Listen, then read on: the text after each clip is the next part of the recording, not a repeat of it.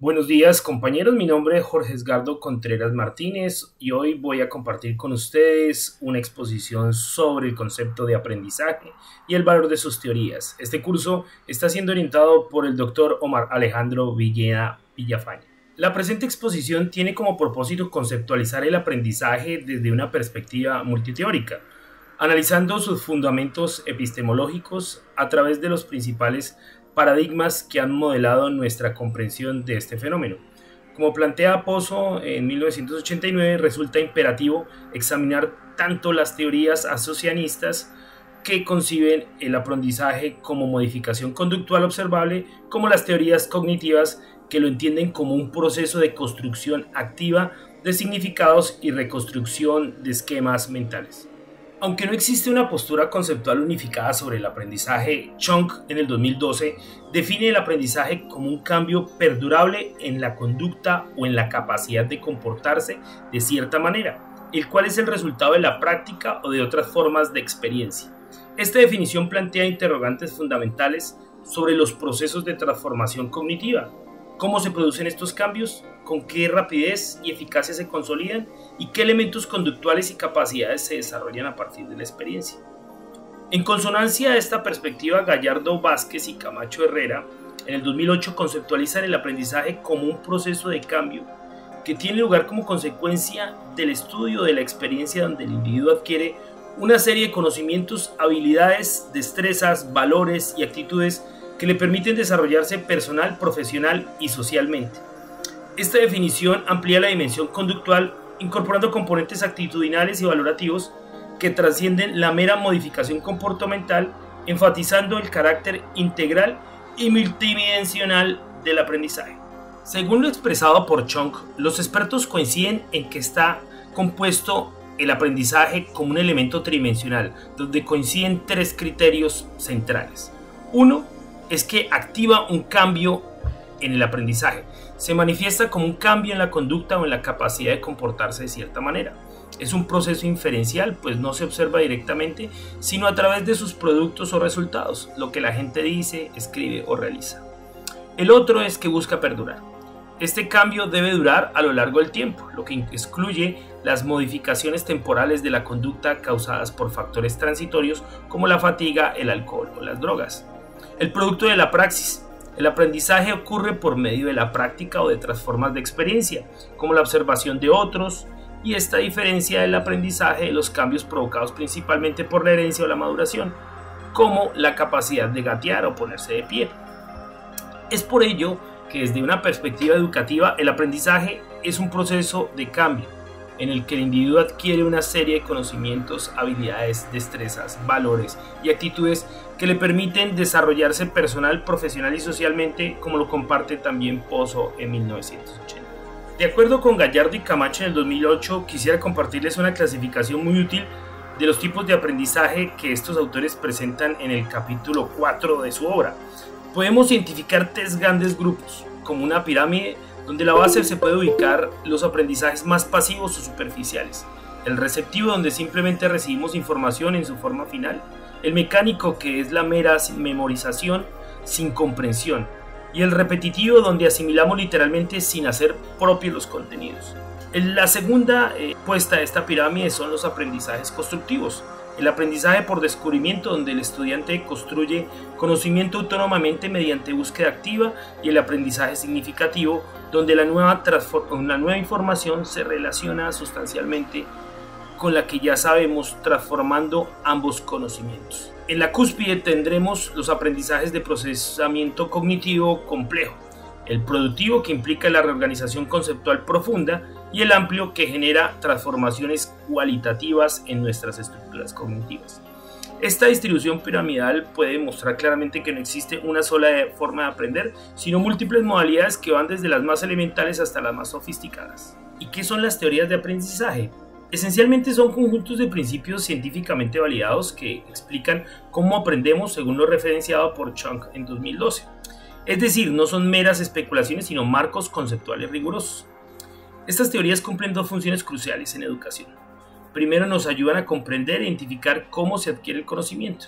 Segundo, y esto es fundamental, nos permiten diseñar métodos de instrucción más efectivos. es decir, conectan teoría con práctica, en este caso educativa.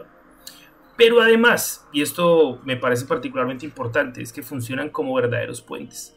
Imaginen un puente que conecta dos orillas, como el que muestro a continuación, y en una orilla está el mundo de la investigación académica con todos sus estudios y hallazgos científicos, y en la otra orilla está la práctica educativa cotidiana, la que vimos en nuestro día a día, el salón de clase real con nuestros estudiantes y los desafíos que nos traen ello. Las teorías del aprendizaje son precisamente ese puente que permite que los descubrimientos de investigación lleguen al aula y se traduzcan en estrategias pedagógicas efectivas. Sin ese puente, la investigación quedaría aislada en las universidades o en los centros de investigación y la práctica docente carecería de fundamentación científica. Por ello, como estos tensores que se encuentran en las diversas teorías, las cuales entre más investigamos, más se robustecen, como el ejemplo del puente, que es lo que aborda Vega Lugo et al. En 2019, expone 5 teorías claves en la psicología y en la educación, que es la conductista, la constructivista, la cognoscitivista, la socioconstructivista y el aprendizaje social. Ahora bien, ¿por qué son tan importantes estas teorías del aprendizaje? Su relevancia radica en su capacidad para dar estructura y dirección tanto a la investigación como a la práctica educativa. Esto lo indica Schunk en 2012. Primero, organizan el conocimiento, las teorías vinculan sistemáticamente los hallazgos de investigación y sin ellas tendríamos datos desorganizados como piezas de rompecabezas sin saber cómo encajan. Segundo, nueva generación de investigación. Es decir, que a partir de las teorías que formulamos hipótesis probables del tipo si hago X, entonces podría ocurrir X, lo que nos permitiría diseñar investigaciones que pongan a prueba estas predicciones. Tercero, guían la práctica docente. El conocimiento de estas teorías ayudan a los profesionales a identificar qué elementos intervienen en la enseñanza y bajo qué condiciones es posible el aprendizaje. Nos ayudan a tomar mejores decisiones pedagógicas fundamentadas y finalmente evolucionan continuamente. Las teorías que no son rígidas se mejoran incorporando nuevas ideas a medida que la investigación sustenta o refuta sus hipótesis. Es un proceso dinámico de construcción de conocimiento. Las teorías del aprendizaje entonces no son abstracciones académicas, sino herramientas vivas que generan y guían la evolución para ayudarnos a comprender cómo mejorar el proceso educativo. Para concluir, daremos respuesta a este interrogante. Las teorías tienen un impacto directo al proporcionar marcos conceptuales y metodológicos concretos. Veamos primero cómo favorecen la práctica docente. Las teorías nos ayudan a diseñar instrucción efectiva porque nos indican cuáles son los métodos adecuados y en qué situaciones específicas deben emplearse. No es aplicar cualquier método en cualquier momento, sino saber cuándo y cómo hacerlo.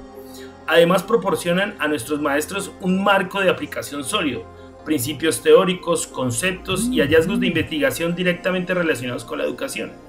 Esto nos permite traducir esos principios abstractos en aplicaciones concretas dentro del aula real. Si el maestro fundamenta su práctica en principios de aprendizaje bien establecidos, puede aplicar distintos procedimientos y técnicas de enseñanza de manera más efectiva, mejorando continuamente su desempeño profesional.